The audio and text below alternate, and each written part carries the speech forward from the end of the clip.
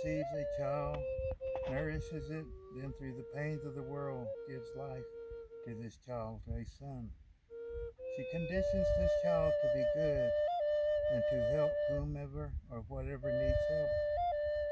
She watches her son stumble and fall as he learns to walk the way a man does. She also knows a man is born to be a warrior. Because of all the struggles in life, he will need to be this way.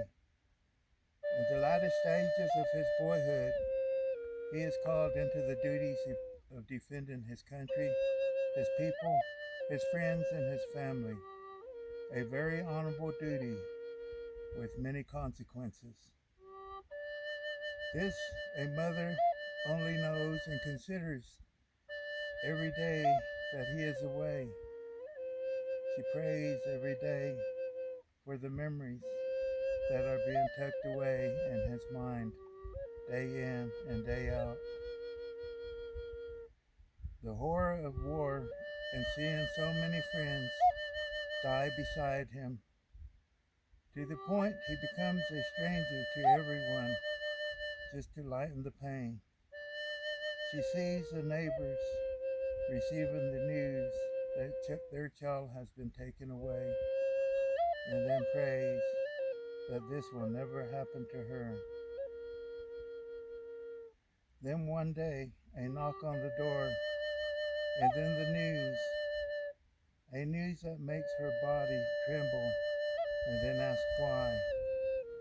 In the dark, all alone, she cries day in and day out, asking, why my son? Then one day she saw a terrible thing. It was on the news. Something she took for granted before because it involved someone else. She saw havoc all over the world. She saw hunger and pain, all because people were different and believed in something else. What has happened to love between people? She asks herself every day. What about all the mothers throughout the world? Then she grasped her faith and realized of all the places in the world, where else would she rather be but where she is right now, the United States of America. For his sacrifice, she still has her freedoms, a very valuable thing.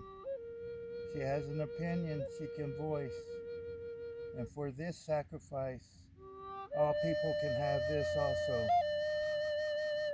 All is not for nothing, if it is for the right thing. She knows eventually they will honor her son. His name will be on a memorial somewhere, she thought. Then she wondered of all the mothers who have gone through what she has. Have they gotten over the bitterness and the pain? She always thought birth was the worst pain ever. She was so wrong. Losing a son early is the worst by far. It's a pain that will last as long as she lives. Her name won't be on a wall or a memorial somewhere.